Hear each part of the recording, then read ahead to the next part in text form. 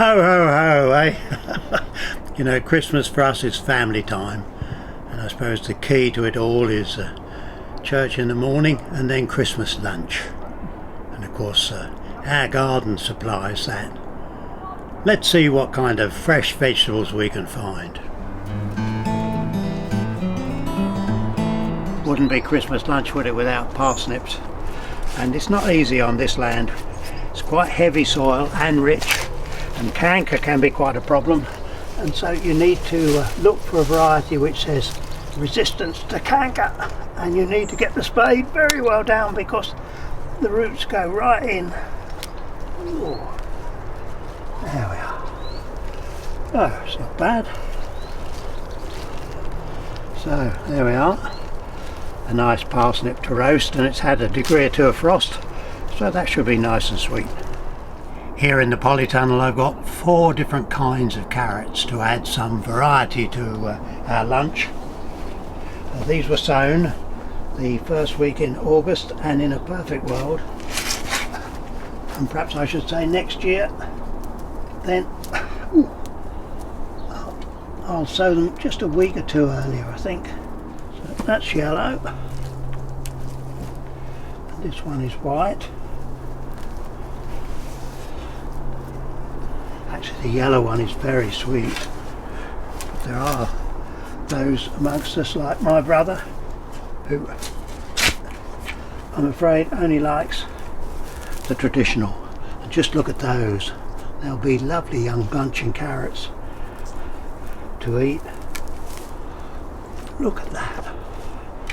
Just a packet of seed, late July, and at Christmas you'll be pulling the most beautiful carrots, including this one. Here we are, which is Purple Elite. Let's just pick out a few of the best. So there's the Purple Elite. Then we got Sugar Snacks. That's really sweet, that one. And the white one.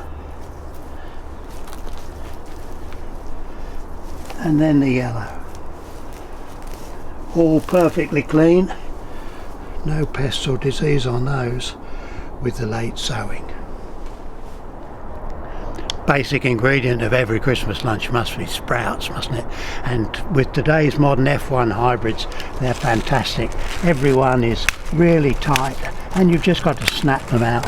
Do you know, I was at a school just a week or so ago when they were harvesting their sprouts for the Christmas lunch, and nobody knew how to pick sprouts. And once you've got 1 or 2 out, they just snap off very easily, and just one really good stem is enough really to feed a family, I should think, and they snap out. Fortunately, it's quite a mild day today.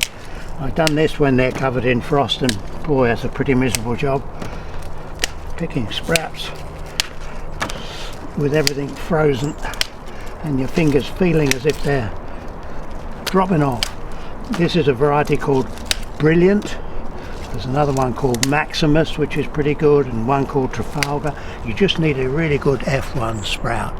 And we did remind you some time ago that taking the tops out, these are really good vegetable.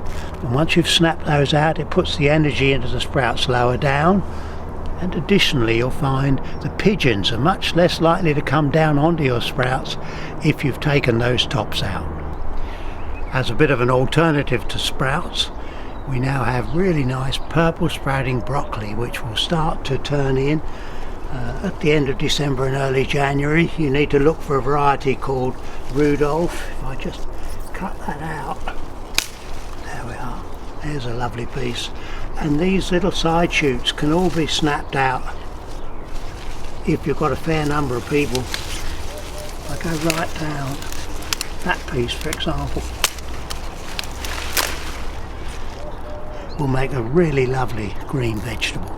Well, we're beginning to get quite a nice collection of fresh vegetables, but of course we need onions for the stuffing, and if you've got some very big onions, you'll find they don't keep too well.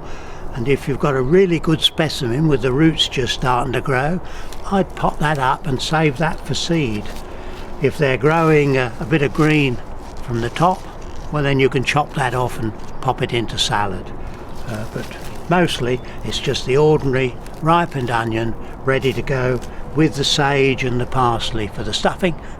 And then finally, of course, we need some new potatoes, and potatoes planted late. I had them in this barrow, planted last week in July.